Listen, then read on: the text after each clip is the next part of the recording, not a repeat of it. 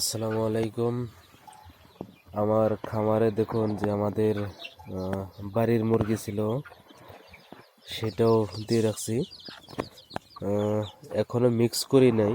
আমি দেখাই যে উপরে হচ্ছে আমার ওই আগেরগুলো, আর নিচে যে বাড়ির যে মুরগিগুলো ছিল এগুলো মিক্স হতে পারবে না। এগুলো কিছুদিন হলো ডিম থেকে বাচ্চা হয়েছে, কুচু বহে দিয়েছিলাম। তো এখনই মিক্স করব না, কমসে কম 15-20 দিন আমি এদেরকে আলাদা রাখবো। তারপর যদি কোনো বেমার না হয় তাহলে আমি মিক্স করবো, আর যদি বেমার হয় তাহলে ওষুধ পানি খেলিয়ে আগে ভালো করব, তারপর আমি মিক্স করব।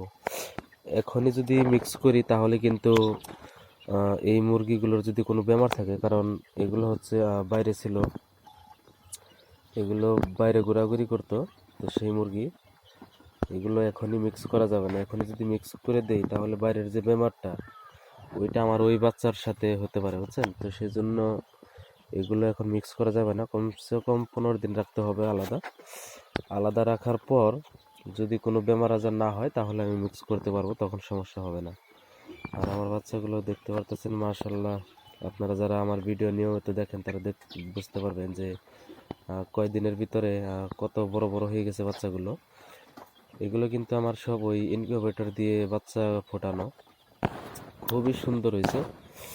আর এই যে ঘরটা বাইরে থেকে দেখেন,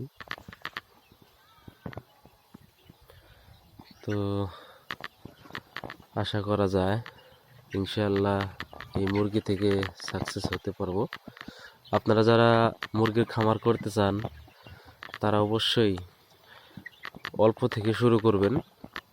যদি বেশি করে শুরু করেন তাহলে কিন্তু লস হওয়ার সম্ভাবনা বেশি। অল্প করে শুরু করবেন। আগে আপনি ভালো করে শিখে রাখুন যে মুরগির কখন কি প্রয়োজন, তারপর কিন্তু আপনি চাইলে বেশি করে পালতে পারবেন।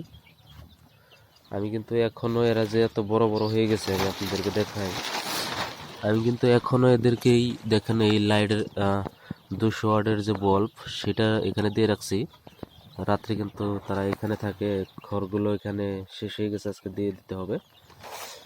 বড় বড় হয়ে গেছে এখনো, কিন্তু আমি তাদেরকে এখানেই রাখি, কারণ হচ্ছে প্রচুর শীত। আর যদি ঠান্ডা বেশি লেগে যায় তাহলে কিন্তু বেমার হয়ে যাবে। তো সেজন্য যতদিন শীত আছে ততদিন কিন্তু আমি এই বাইরে বাল্বের নিচেই রাখবো। 200 ওয়াটের বাল্ব একটাই।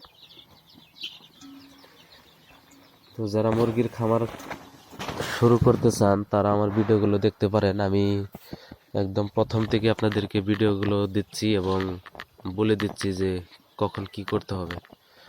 তো আমার চ্যানেলটি যদি সাবস্ক্রাইব করে না থাকেন অবশ্যই সাবস্ক্রাইব করে রাখবেন। আল্লাহ হাফেজ।